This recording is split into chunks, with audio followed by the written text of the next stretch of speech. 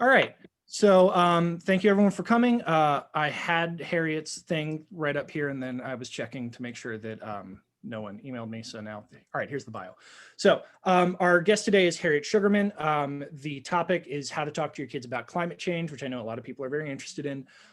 Harriet was selected as a 2020 New York City Climate Hero and was a 2019 featured speaker at the Global Engagement Summit at the United Nations headquarters.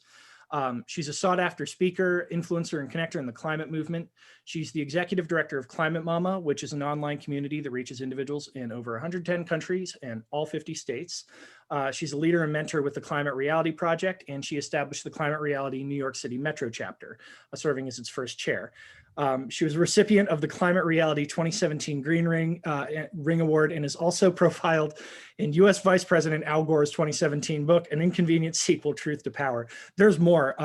She's very qualified. I'm gonna just skip down to the next bit. She wrote her book, How to Talk to Your Kids About Climate Change, Turning Angst into Action, and that is why she's here today. A lot of us are parents, and we have had to have kind of either difficult conversations already or have to start thinking about how we're going to talk to our kids about something that could understandably cause them a lot of anxiety and even despair. Harriet's going to tell us how we can turn that into something that's a little bit more proactive. And with no further ado, I hand it over to Harriet. Thank you so much, Matt. And it's truly a pleasure to be here and to see familiar faces and to have this opportunity to talk to all of you. And I know that many of you that I can see here, I know are working in this space, in the climate movement in different ways, shapes, and form. And so I love to make this, because here it's a small group of us. I know other people may watch us after on the recording, but I'd love to have it as a conversation as well too. I have some slides prepared. I'm going to open them up. I think I'll have it so that we can all still see each other when I'm sharing them, but stop me at any time, jump in with thoughts and ideas, and let's talk about how we talk about the climate crisis with our kids of all ages too. So if you have children of a specific age that you want to share some of your ideas and tips with, and I can jump in with that as well too.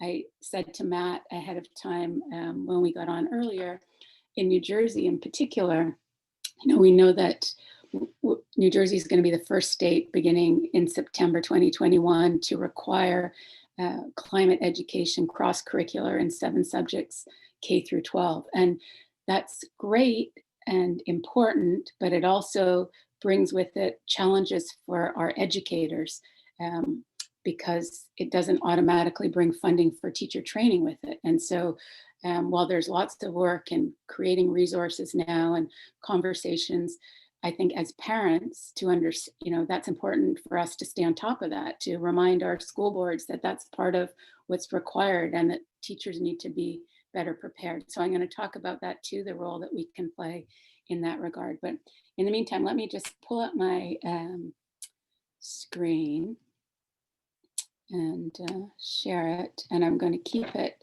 such that we can, see each other too.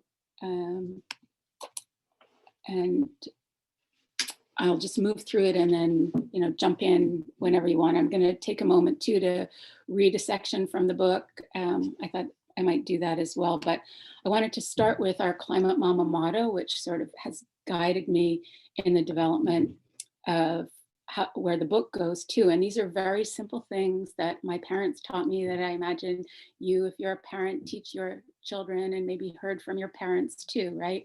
That we tell the truth, that our actions speak louder than our words in many times and places, and not to be afraid. And when we put those 3 ideas through the lens of the climate crisis, it raises all kinds of things, but it also makes it much simpler because we need to tell the truth. And in so many ways today in our country, the divide, the partisanship, the misunderstandings amongst people, the distrust in science, we need to remind our children how important truth is. And the truth about the climate crisis is evident to scientists, and it should be to all of us. And there's overwhelming agreement on the realities of the climate crisis, that it's real, it's happening. We are the primary causes of it. It's really bad. And there, and then the fifth, there are things we can do about it to slow it down. And in those very simple terms, we need to tell that truth to our children, whether they're 2 or 3 or 4, and we find ways to talk to our very youngest kids, or they're in elementary, middle school, high school, or children with children of their own. That just being true to what actually the scientists are telling us is the realities we face, is critically important. And well, maybe I'll save. I was going to read you from the end of the book that got me where I'm here. And Matt shared a little bit about my background with you, and I wanted to just take a minute to just to give you a little bit more perspective. I've been working in and around the climate space since the early 90s. So I'm old. I've been actually talking with a lot of young people. I do lots of talks with high school kids and middle school kids. And we were doing a talk a couple of years ago in Brooklyn to these eco schools. So there were children that were in middle and high school that were working on the climate crisis. And before we started, because we were sharing the film, An Inconvenient Sequel. So that's the next one after An Inconvenient Truth, which actually pulled me into all of this particular work. Anyways, we asked the kids to raise their hand if they'd heard of the movie An Inconvenient Truth. And there were hardly any kids that raised their hand. We had about 300 kids in this big auditorium. Then we asked them to raise their hand if they heard of former Vice President Al Gore. And again, these are kids working on the climate crisis, and very few of them raised their hand. And it just, to me, in many ways too, that we've been working on this for a long time. And it was really bad then. It continues to be even worse now. So even before many of these young people that we're working with that are anxious and angry about the climate crisis, our children, before they were born, right? Even when they're in high school, and they don't have that history. And so we have to share that with them. And, I think we've been working on, many of you that are on this call, on those foundations behind building up this knowledge. And in some ways, it sometimes feels like all of a sudden, everybody's just woken up. But there have been a lot of people that have been woke to the realities of our climate crisis for decades. And in fact, the science goes back more than a century, that we know why greenhouse gas emissions are created. I know Lauren tells this story as well too, the hidden truth about the work that's been done on the climate crisis. It's not even hidden, it's hidden in plain sight. We just haven't elevated it to speak about it. So anyway, so for me, I started working on the climate crisis way back in the early 1990s when I worked at the United Nations. I was one of the International Monetary Funds, the IMF's representatives to the UN. And one of the first things that I came in to do was to be part of what was the preparatory committee for the Earth Summit, the 1992 Summit on Climate Change. And yeah, it seemed very far away to me working on it, even though I was working on this directly. We were defining sustainability. We were setting these broad goals for all these governments to sign on to, which it was a first big gathering of over 150 heads of state to address and set up the mechanisms that became what we do now. The Conference of the Parties, the IPCC, had just been established a few years before. But the reason I'm telling you this is because while I was in the midst of it at this very big stage, it wasn't until I became a parent and I had little kids, I saw that film, An Inconvenient Truth, and I was at my children's school in New Jersey, because when my children were young, for many years, until recently, I was in and out, but I spent a lot of time here in New Jersey, that all of a sudden it became very real to me that everyone around me didn't understand how serious it was. That light bulb hadn't gone off for them. And here I was, a parent with little kids, this emergency that is going to impact their future is there. And in fact, not only their future, they're now. It's impacting us, it's in front of us. And now more than that was more than 10 years ago, I think Mother Nature's like slamming us over the head constantly, right? Like, wake up, through fire, through brimstone, through all, the book of Revelation. She's telling us, if you aren't going to pay attention, I'm going to make you pay attention. And through all those emergencies, and our kids are seeing that and feeling that. And if it isn't, directly something like Superstorm Sandy that maybe they missed because they're that much younger, they have an aunt or a cousin, or they see on the news the forest fires in California, or the drought in the South. And so even our youngest ones are hearing about that from their friend in their class who has a cousin that was out of their homes because they live in Oregon or in California. And so they are looking to us, our kids, even the youngest ones, to tell them the truth about what's happening. And it can't be all on their teacher, and it can't be, just something that they pick up. And there are ways, and we're going to talk about those, at different ages, that we talk to our children without scaring them, but with telling the truth. And I feel very strongly about that. That's, I was on a call today with some high school students that are building a resource for teachers. Actually, it's so amazing. They're so incredibly talented.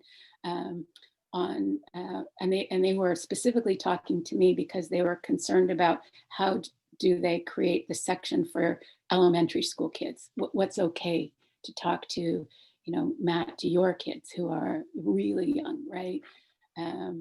Or what can we expose them to? And so, that's very different than something you're going to talk to your 12-year-old or your 16-year-old about.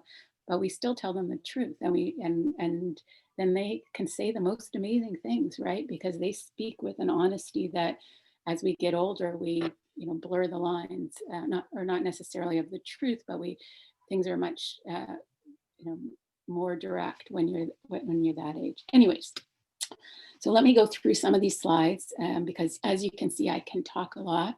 Comes with, as Lauren knows, I have a 3-hour class, 2 3-hour blocks.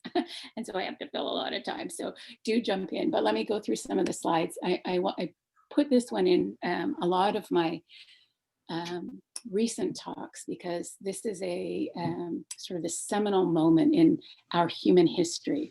This is a photograph that was taken on Christmas Eve, 1968, by the first Apollo mission that left the near Earth orbit, circled, on the backside of the moon. They looked back, had a camera up just at that moment, and took this picture. It's called Earthrise. It actually has a name. And it was the first time, and then it was beamed back to Earth. And, Apollo missions at that time were something that were, just incredible, right? We literally were sending people up out into outer space in a tin can, and they came back, and it was incredible. So the world's attention was focused on this. And similarly to the world's attention that's focused this past year on our COVID crisis, on our racial injustice, on certain moments that I think if it wasn't for COVID, now this in 1968, there were 3 major network channels. There wasn't all of the social media we have. So certainly there was more, that singular focus could be there. But it was, very instrumental in launching the modern day environmental movement. This photograph, in many ways, here we are, this pale blue dot in the universe. We all live on that dot. And we had the first Earth Day in 1970. We established the EPA under a Republican president. We founded, started the Clean Air Act, the Clean Water Act, all had their beginnings, in that from 1968 up until 1972. So I think that, and I put that here as a learning moment, because we too, this year, have been really, have been focused the world over on something that's impacting all of us. And those are connections that we can make. And I found, talking about my book,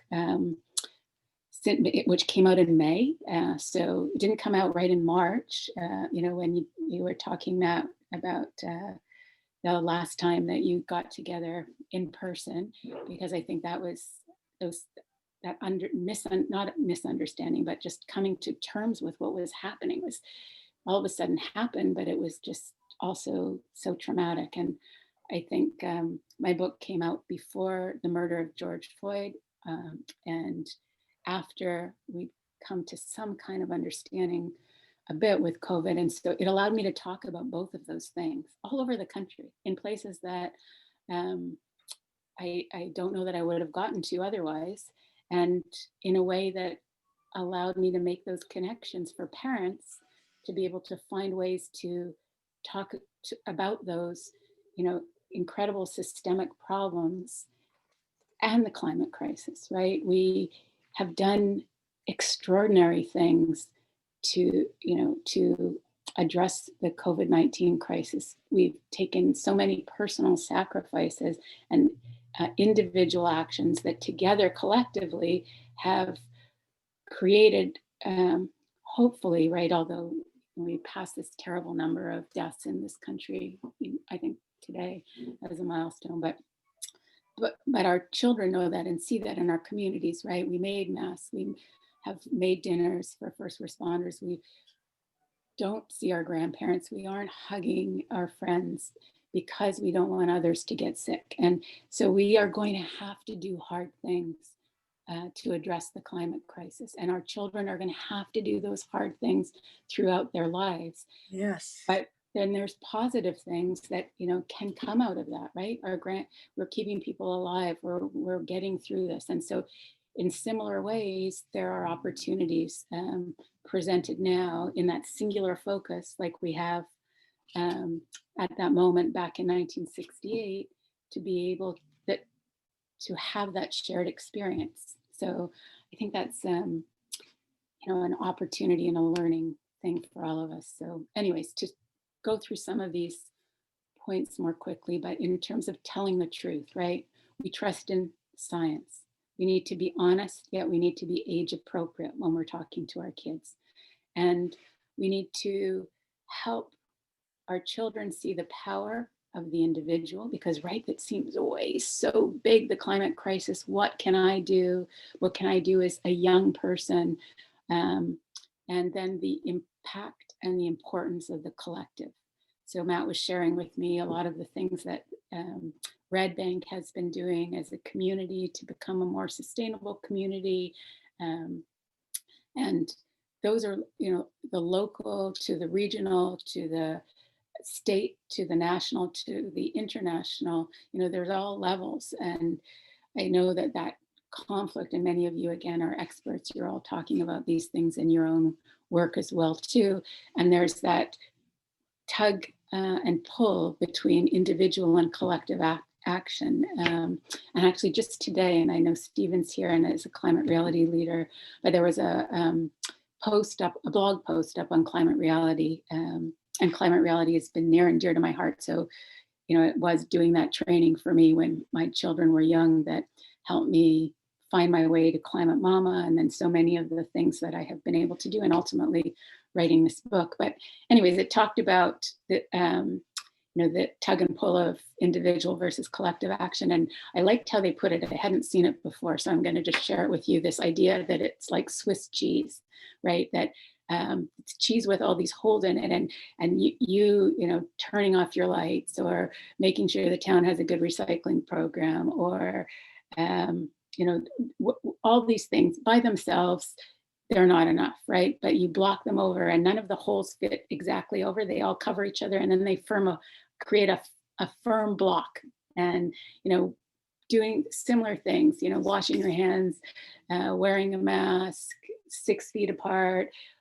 Nothing by itself is enough, but together they accomplish, a lot. And so I like that analogy. So I'm just sharing it with you. I hadn't heard it before, but that is an important thing too, that we show power to our children, that they have power, that this idea of self-efficacy, even for a young person, is really critical. I think seeing other young people that can do things, that have been successful. And if that's, even with your youngest child, them drawing a picture because they can't write the words yet of a pollution-free day, of a flower, of something, and you telling them you're going to send it to the mayor of your town or the head of your environmental commission or the governor of the state, along certain lines, gives them power and agency. And so those are important things for us to be able to give to our children. This idea of action speaking louder than words. Well, and I know that Matt was telling me the role that Water Spirit has played locally as well too, in helping, the community come to terms with the grief of, well, in this case, the grief of understanding, right? The realities that we face from the climate crisis are not going to go away. There's no quick fix. We will be living with the climate crisis for the rest of our lives. I truly believe we can and we will make it less worse than it will be. We will give our children an opportunity where they can be not only surviving, but thriving. It's going to require many of us. We will never get all of us. It's going to require systemic change, laws, etc. And it requires each of us that can taking steps. And some of those steps will be giant leaps depending on who we are. And for the rest of us, it's just one step in front of the other. But we need to be working together for that common goal. But once you understand the reality, it's terribly, horribly sad, right? Because we've taken this amazing planet. It's been around for 4 billion years. It's evolved over time to be host and home, not just for us as a species, but to so many other species that now we also not only have put at risk, we're living through the 6th mass extinction. So only 6 times in the history of our planet have we faced an extinction of species at the rate and pace that we're seeing now. And that's on us. So that's a very heady thing to come to terms with.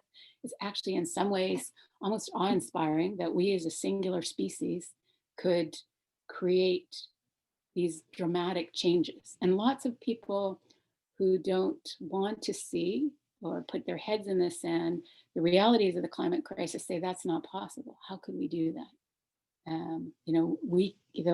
The planet is too big for us to be able to do something like that. But that's not what science tells us, nor what we're seeing, because the changes we are seeing are happening so very quickly. But again, in the space of our lives, or certainly our children, right? Where if they're 5 years old, it seems like until they're 6, well, that is a whole nother lifetime, but that's, a fifth of their life. When you get to be my age, 5 years, boom, it went like that. And how did that happen? So, that makes the changes that are happening seem to be happening in a slower way. But we know that it's happening, in the blink of an eye as far as our planet is concerned. So anyways, coming to terms with the reality, allowing ourselves to be sad, and then finding a way through those stages of grief to come out with resolve and hope, and hope being active hope, and helping our kids understand there's a difference between just, we hope it will get better, but it doesn't get better by itself, right? Things will change because we are actively working towards those. And we don't know the outcome. We want to envision what we hope to see. We want to see that and then work towards making it happen. But helping our children understand that also is critical. And we, for our children, certainly when they're young, we are their trusted messengers. And especially in these very divided times, different from our kids, but who are you a trusted messenger for? Who in your community, in your circle of friends, in your family? And whether someone believes very differently than you, politically or spiritually or otherwise, when you have that personal connection, they will listen to you in a different way than they will listen to someone else. So also sharing that ability and your ability, in our families, right? We've seen over the last years how politics has pushed us apart sometimes, but when your children see you modeling that behavior to be able to try to reach out to someone that thinks differently, and it could be that Uncle Bob at Thanksgiving that, when we used to get together, that doubts the validity of the science of climate. And whether you're going to convince them or not, showing your children that you're working on that, I think also is a critical thing that we need to show them, that they can trust us, and that we're going to tell them the truth, because we're not afraid to tell it to Uncle Bob, even if our kids know he's never going to come around to exactly where we're at. We love him, and we're going to work to help him see that. And I think that's critically important too. And ultimately, that third, tell the truth, actions speak louder than words, don't be afraid. Well, again, that one is really easier said than done, because once we accept the reality, it's pretty worrisome. So how do we involve ourselves in our government systems? How do we remind our children, about the importance of democracy? And again, another learning, teaching example where we see democracy at a breaking point in our country. That shouldn't, we think it's so very strong, but it's something that's, in fact, not only has it been fought for in this country for hundreds of years, it's not perfect. And it's breakable, and we're bending it close. And so that's an important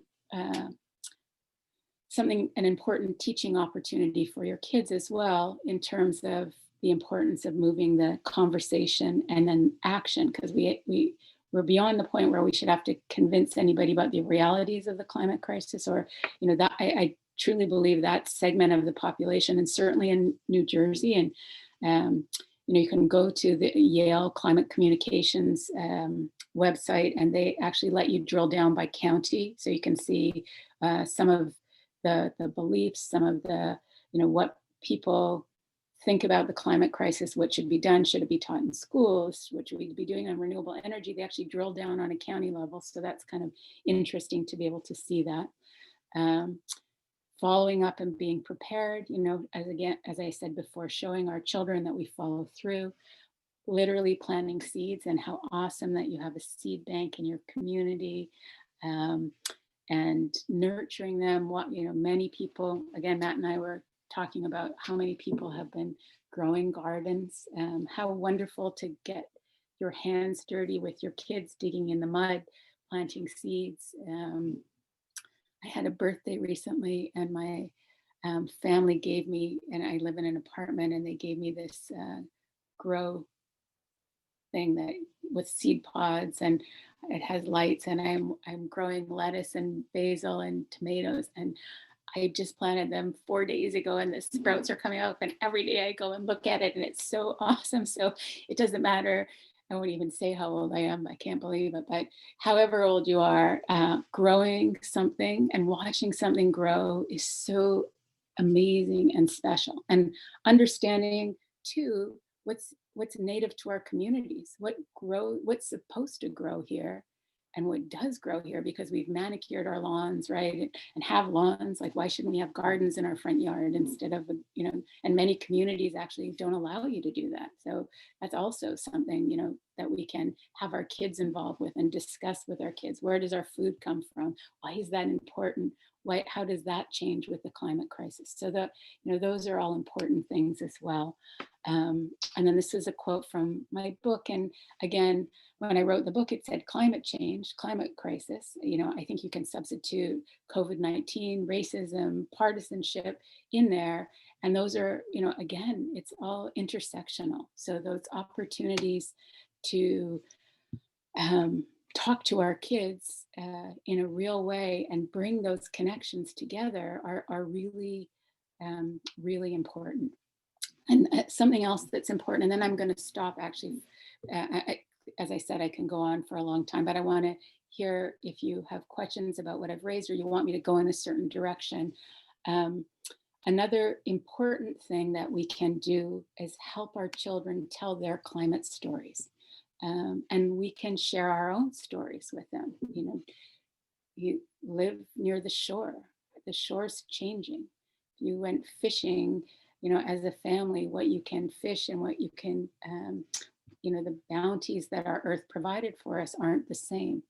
And I'm not going to go into this story here, but this is a place in Alberta, Canada. I grew up in Alberta.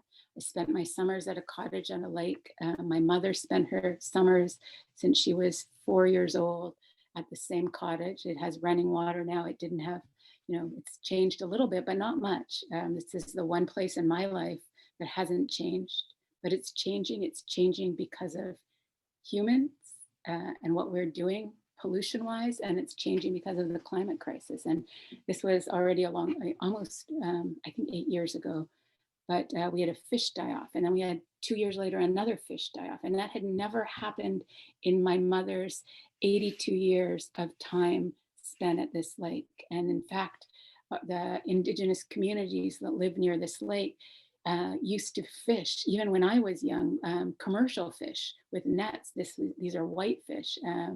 It was so plentiful. It's a very big lake. And because of runoff from farms nearby, and it's a very shallow lake though.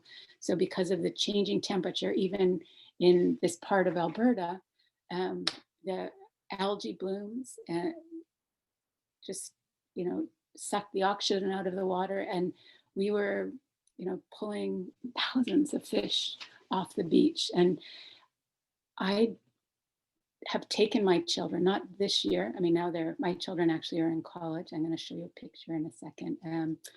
But every summer of their life for at least a week, and to this place because I want them to feel connected to it as I'm connected to it. And the last few years, I worry that they won't be able to go there and enjoy it and have the stories and the memories of the freedoms that we had as young. You know, the light stays, the sun doesn't go down till midnight, and being free and having these freedoms because we're hurting it, and we aren't paying attention to the lessons from Mother Nature, who's yelling at us as loud as she can that we are changing things. So sharing our stories, helping our children find their voice to share their stories if they're one of those children who because not every child, you know, we know our children are unique, right? Each one is different, and some of them will want to be leading the march, you know, in your town, and others will, you know, be hiding behind you and will never be that person, and that's okay because it isn't for everyone to do that. But we help them find their voice and see everything through a lens of the climate crisis, and then to see that as an opportunity. Because whether they love to sing and they, you know, want to have a band, or they're a dancer, or they are a storyteller, or they want to be a doctor or an engineer or a teacher or a nurse or whatever it is, if we look at that through the climate crisis and the opportunities then presented, we need everyone. We need them to be thinking of new ideas and different ways to get through it. And we, as parents, need to be able to give them that hope that they can be part of the solution and the way to slow things down. And I really believe that. And that was part of, you know, after 10 years of ClimateMama, I started it, as I said, after I did my training in 2007. I started in late 2009. And so I started at 10 years in 2019. Seemed to be a good time to bring some of these stories together. We were I believe we were the first parent organization focused specifically on helping parents learn more about the climate crisis and finding ways to talk to their kids. And so it seemed like the right time to pull a lot of this knowledge that I had and these experiences together. And again, I'm sure you're all doing it as well too, and sharing these things. But my message in it ultimately, and I know many people working in the climate crisis you can take a slice wherever you want, right? Um, Science is looking at this from the worst case scenario, this middle road, and the best case. That, as Lauren's work is, that we stop all our burning of fossil fuels tomorrow, move on to renewables. Best case scenario, how quickly is the planet going to heal? And the worst case is business as usual, right? And that is David Wallace Wells and his work on uninhabitable Earth. And I don't know if you've read any of his things, and it's fair. We could look at it from any place, I believe we are going to get there faster because we recognize the reality of the crisis, because we're listening to our children's voices in ways that we didn't hear them before. As I said, I've been working in this space for more than 20 years and with a focus on parents and children for more than 10 years. And there were young people like Greta Thunberg 10 years ago, 12 years ago, that made also international impacts, but they were not being heard as she was, as the thousands of young people that she's inspired are being heard. And I think we are ready for that now. We as a world community, as the state of New Jersey, as Red Bank, right? There are more and more people. When I first started working in this space, I felt like I couldn't take a day off because everything rested on my shoulders, and that wasn't true either, but it felt so much heavier. I feel much lighter now because you're all there, and there are so many more people working on the many myriad of ways that we are going to address and slow down the climate crisis, because it's not linear anymore. I don't know if it ever was, but certainly when I was working on the Earth Summit in the early 90s, we were at a whole different place, both in terms of parts per million of greenhouse gases, but also, in terms of what we could have done to go in different directions. We didn't do that. We can't go back there. We need to move forward. And whether it's, holding polluters accountable, whether it's learning to be an organic farmer, whether it's writing, constantly letters or making banners or marches, or it's making beautiful music that reminds us how connected we are to the earth. Whatever it is, we need to do it all.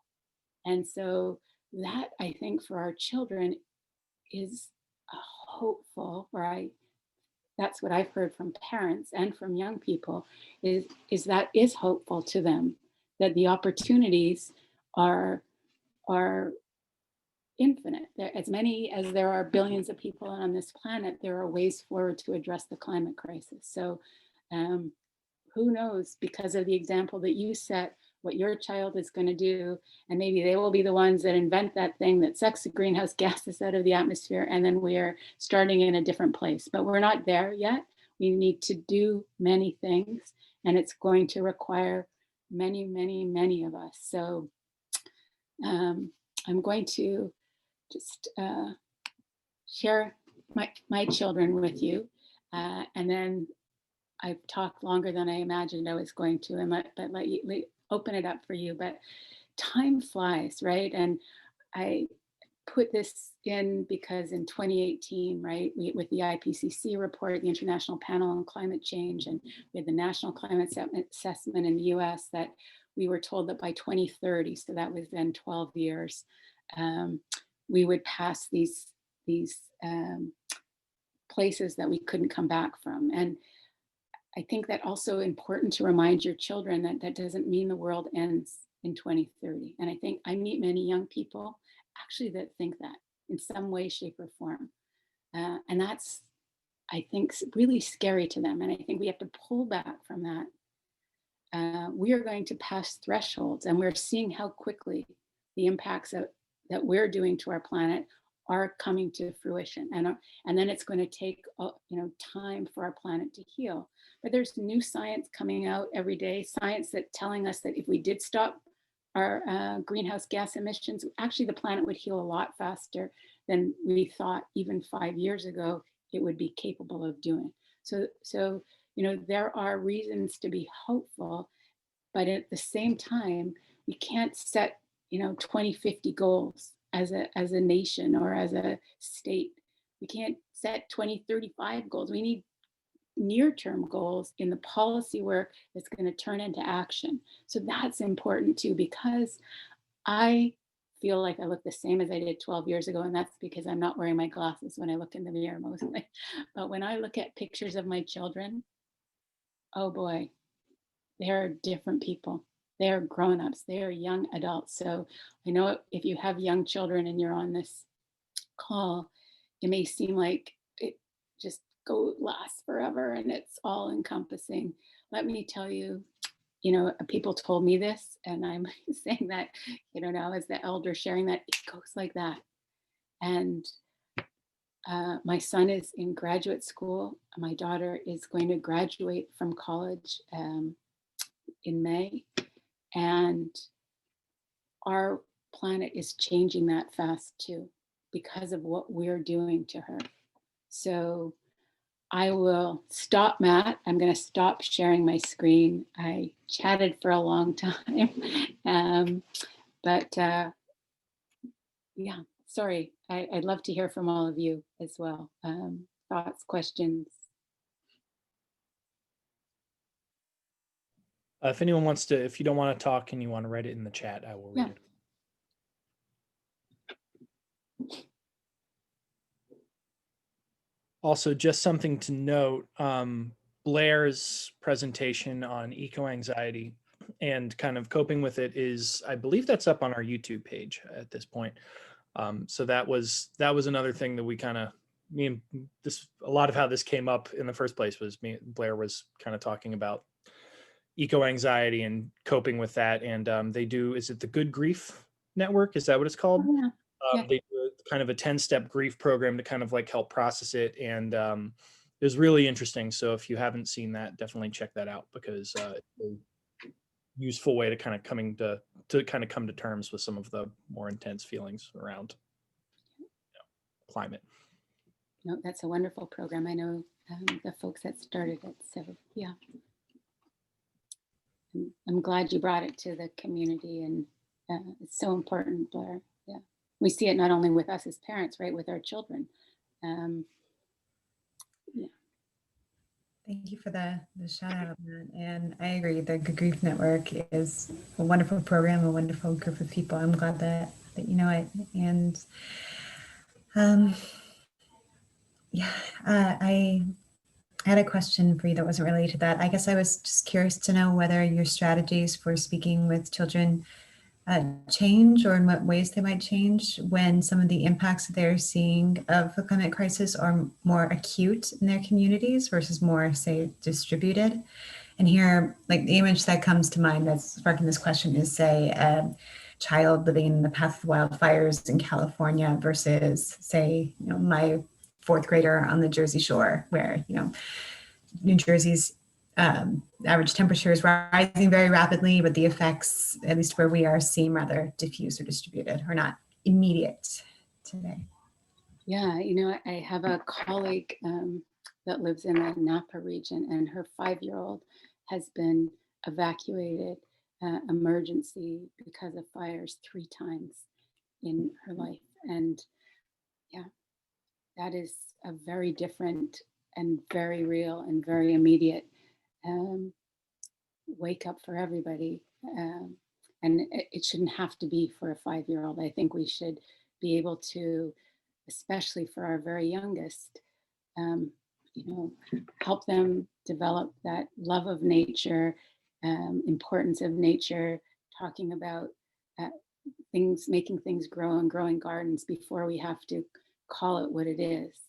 And so I think from my experience and from what I've heard from colleagues that work in climate that have very young kids, I wrote about her experience in the book, where I actually, what was really awesome for the book is I reached out to many friends and colleagues around the country and asked them to share in their words, if I could share their words in the book. And so it's not just my voice, it's other people's voices. But I have a colleague with an organization called Sightline, and they've done a lot of work on talking to your kids about the climate crisis, actually.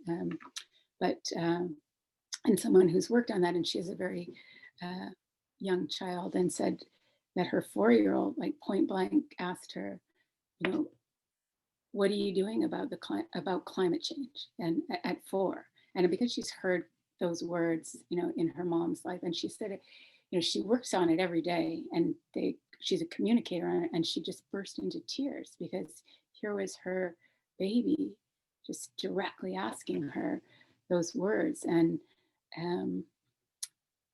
and hadn't had those experiences directly, her child, but she felt that if she was asking her about it at 4, she was going to explain it in a way that her her child would understand. Um, but she, uh, that child was asking. So I think different than at a very young age, if they're not asking about it, you just bring other things in and around it. But when they're living it, and here we are. Hi, Lynn. I'm sorry you have to go. It's so nice to see you. We have to catch up. It's been too long. Um, you know, we live in a state, as you said, where, oh, Rachel, are you there? I can't see you.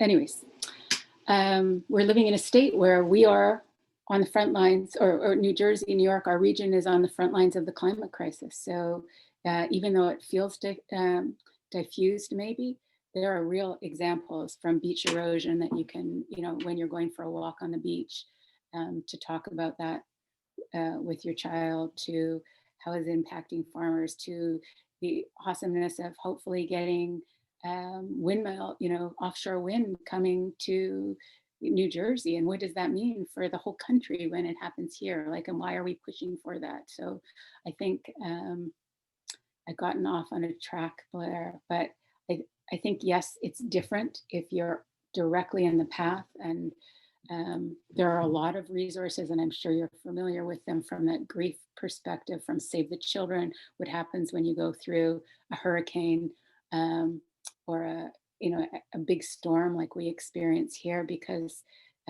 it's traumatic. And there's a lot of good work that's been done to help children deal with those traumas. And then when they're ready to put it in those terms about the climate crisis. But you're right, it's different. And I think by the nature of it, especially for the young ones, we don't need to push that directness of how terrible it is. But if they're going through it, you can help them understand what's causing that and why that's happening too. Yeah. Rachel had a question. Can you share advocacy activities for kids that help them share their stories, like the recent one she's seen on your social, like thank you, President-elect Biden, for recommitting to the Paris Agreement? Yeah, and Rachel, we have to connect too. I have to come. You guys have to have something in person when COVID ends, so that I can come to Monmouth County and visit everybody there. You know what? I want to share an example of something that's happening in Bergen County that I'm excited to be a small part of. But there are high school students that are creating a program for middle school students to create art projects on climate hope. So, you know, it's not that direct advocacy, but they're going to do an art exhibit of the winners. The high school students are going to mentor these middle school students. And I think the idea of young people being mentors for each other, then they're going to have a competition, and it's for Bergen County. I hope that they share it through Sustainable Jersey, and that other communities potentially use that, but that's just happening through the Sustainable Jersey, the Bergen County hub. But it's exciting that it's by students for students. There's a series of films, and I know, Rachel, I know you're familiar with those. I think Young Voices for the Planet. That's young people, short videos, 5 to 7 minutes of young people taking actions around sustainability. And again, it goes back to that self-efficacy concept that then young people know that they can do it, right? So seeing actions done by other kids that change the laws, like there's a kids in Connecticut, I think they're in elementary school and then middle school, that went and got a law changed in their town to allow solar panels to be put on homes, that there was a law against that. There's a boy that says he's going to plant a billion trees in Germany. And he started an organization called Plant for the Planet, and they planted more than 1 billion trees. And there's all these young people, groups of Plant for the Planet there. That project of kids, I think I have it here, Rachel, right? This is the one that you're talking about, Dear Mr. President. You know, that's was an easy thing.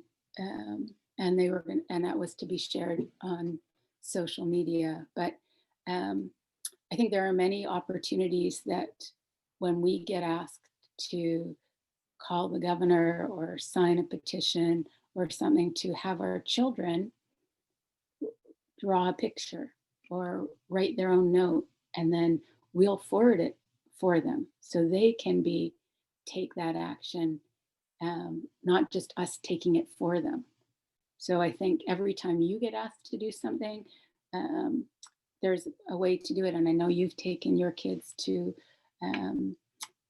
places where you've been speaking at, and seeing you take that action helps them know that that's something that they can do too. Oh, Lauren, you have a question? I just wanted to say, so I took a whole page of notes here, and I have Harriet's book and I haven't been able to read it yet, which is why I'm on here, so I can learn a little bit first. And, you know, thank you for sharing. I mean, 20 years plus 10 years of your experience with parents and kids and your own experience. And it is extremely overwhelming when, you know, like my daughter, you just saw my son a couple minutes ago. She's going to be 10, and she was watching the Planet Earth movie, and Glacier, you know, came crashing down, and the way she looked at me with this helplessness of how that happened, what are we going to do about it? I had no idea what to say to her. It just seemed so hopeless. And all of this that you provide is just, I think, not only so active and positive, but it also makes parents, I mean, how can you tell your kids about taking these actions and not do it with them? It makes you come together as a family or as a community, right? Because you're not going to just let your kid go. Well, maybe some people will, but it also encourages the parents to do the same. And I just think there's so many useful steps here that give me agency, you know, as a parent, because what I do for a job, it you know, it doesn't equate to being able to speak to my kids about positive ways that we can contribute where we actually feel like we're making a difference. You know, I mean, it's just at a different level, and I just really appreciate it. I think this is all really helpful. Thanks, Lauren. And I think that, you know, our kids are watching us even when they aren't. And so all the work that you're doing and all the time that you're putting into the work that you do, they see it and they know it. And I think even if they don't say it, you will know that they saw it. And I know that, I know that. So thank you for all the work you're doing. And we can wrap up whenever, unless people have more questions, but I do have one. I'm not sure if they've come up with like the word of the year yet, but I think it might end up being doom scrolling. I don't know if you've heard about that, but like just sitting on social media on your phone and just scrolling through all of the terrible, terrible things that are happening. And when we've talked to like, we've had times where like the Sunrise Movement kids have come to this program, or we've talked to like, when we kind of talk around eco anxiety, like obviously a lot of what, and I know that social media like has a bias towards negativity and a bias towards stuff that is really apocalyptic and bad sounding. So like when your kids start looking at stuff like that, or they start reading like David Wallace Wells and The Uninhabitable Earth, or all of these worst case scenarios, like how do you do you have resources that you direct them to that are a little bit more like, here's stuff that's being done here, here's stuff that they, you know, how do you redirect attention? How do you kind of talk about that in a way that doesn't keep them from just sliding into complete despair and depression about it. Right. I mean, right. We have, never mind the deniers on this side, and I would be the most, that those 6 Americas that, if you're familiar with those, that Yale and George Mason talk about, it's the doomers, the people that get it, but they're so far, there's nothing we can do. Well, again, I think reminding our children that there are so many people, intergenerational, working on coming up with ways to slow down the climate crisis and take action. And we focus on the negative because it makes for good memes, or, it used to be that it would be on the 6 o'clock news, there was a fire, because fires are very visual. And now we're seeing it 24/7 on whatever social media we're on. And, we know we can find the news that we want. There's so many positive things that are happening. And I think we need to point some of those out. It's not negating the truth or not neglecting the truth, but when your kids go so far down over to that side, reminding them it doesn't rest on their shoulders. I think we have too many people that, because of the rise of the voices of young people, have said, oh, young people will fix it. Well, what does that do for your child, too? That's not okay. It can't be on their shoulders. It's not possible for them to carry that weight, nor are we allowed to be off the hook, right? We have decades ahead of us. And so it's on all of us. And so remind them of that, right? There are so many people working on positive, and it's much easier now to be able to do that from a federal government perspective too. It won't just be states and cities that are working on positive, but they have been. We will have a national government that understands the urgency and the emergency, and we need to push them farther than they even think they're going to go. And so that's part of that too, the excitement of moving forward. So I think just reminding them, there are a lot of great people all over the world in your own community. Point out those champions in your community that are working on these things, and remind them that we are fighting. We don't know what the future will hold, but we are envisioning one that will be more promising than the one that they're reading about or scrolling through or seeing. Great. Are there any more questions? Oh, Kimmy, do you have a question? Yeah, I do. Mhm. Hi, Harriet. Okay, I keep looking to the left because that's where my screen is. We're sharing a screen. My sons are with me. But I'm interested to know what do you hope? How do you hope your book is going to be used? How do you are educators going to use it? Are parents going to use it? How are they going to use it? How do you envision that? Yeah, I think, it's going to be different for you to read it, or for Lauren to read it, who have a body of knowledge, or for someone that's going to pick it up that really is just stepping their toe in to understand more about the climate crisis. So I think that the opportunities that it presents, because the book also, it talks about the science, it talks about the politics, it talks about the grief, and then it talks about the hope. And so different groups will use it in different ways. There's a book club guide at the end of it. There are resources for teachers. I think, and I hope that it just helps clarify or bring to whatever stage you're at, again, the understanding about telling the truth, about the abilities to take action, but about really, we have to be prepared if we're going to talk to our kids. And we have that privilege in North America in a way that in some places, maybe they rely more on teachers to do that because they can't. And so I think we can do that. And then also for our teachers, it's hard. We're going to ask a lot of them in New Jersey beginning in September, and many of them are also not prepared. So I hope teachers use it just to give themselves a basis and an understanding to know where they're at too. So I think many different ways. I'm glad.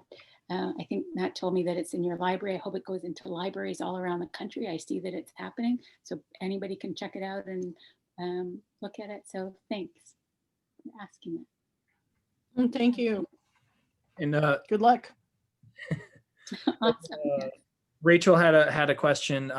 It's in the New Jersey climate change in K through 12 curriculum. What does that look like? How are students and teachers participating? Shouldn't kids be increasingly participating on local committees alongside the doers/helpers? Yes, they should. And in some cases they are. And I think all of our green teams should have youth as participants on the committee. We should have youth members if your town doesn't. And I think it's a bit messy in New Jersey because there will be this requirement. We didn't have to have laws like in other states. There are, I think, 18 laws in 10 states to institutionalize climate education, just as there are also states that are setting up laws not to allow climate science to be taught in schools. But in New Jersey, we're going to have it cross-curricular, which it needs to be outside of just climate. It's going to be in civics and art, but our teachers aren't getting extra funding, at least not yet, for their teacher training. And that's a problem. Although there's really, good people working on coming up with lists of curriculum resources. We need place-based curriculum. We need money to come into that so that our New Jersey, New York, Pennsylvania, our tri-state students are learning about what's happening on the climate crisis in their own communities. And there isn't a lot of place-based in our region, in New York, and some of the climate curriculum talks about Texas and California. Well, it should be talking about New Jersey and New York. So there is this place for parents to demand that some of the budget, now at a state level, and then also, what's your superintendent of schools? How serious are they about incorporating climate education, even though there's a mandate?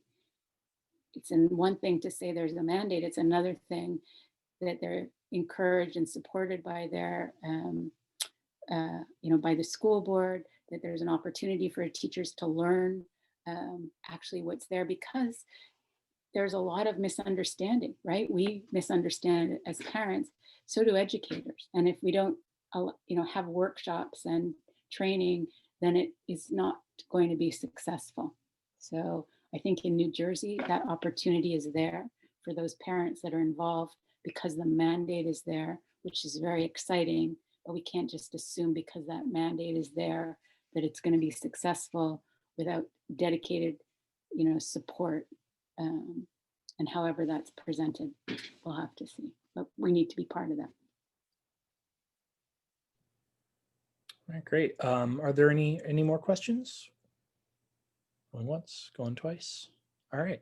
I'm going to go ahead and stop the recording. I will post this to YouTube and we will put it on our social media and whatnot. And I'll send it out when I do the next month's update for our next Sustainable Red Bank.